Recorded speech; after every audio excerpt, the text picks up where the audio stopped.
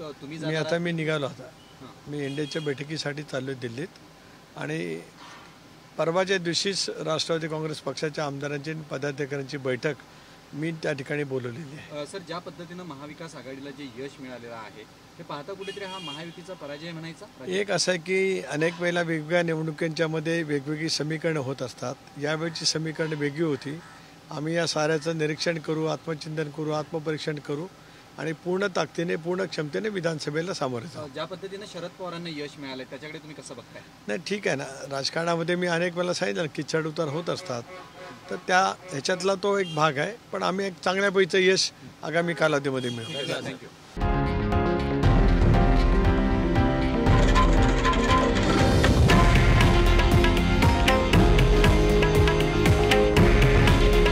हे आहे देशातील नंबर 1 न्यूज नेटवर्क आणि आपण पाहत आहात TV9 मराठी। काळजी तुमची, हित महाराष्ट्राचं।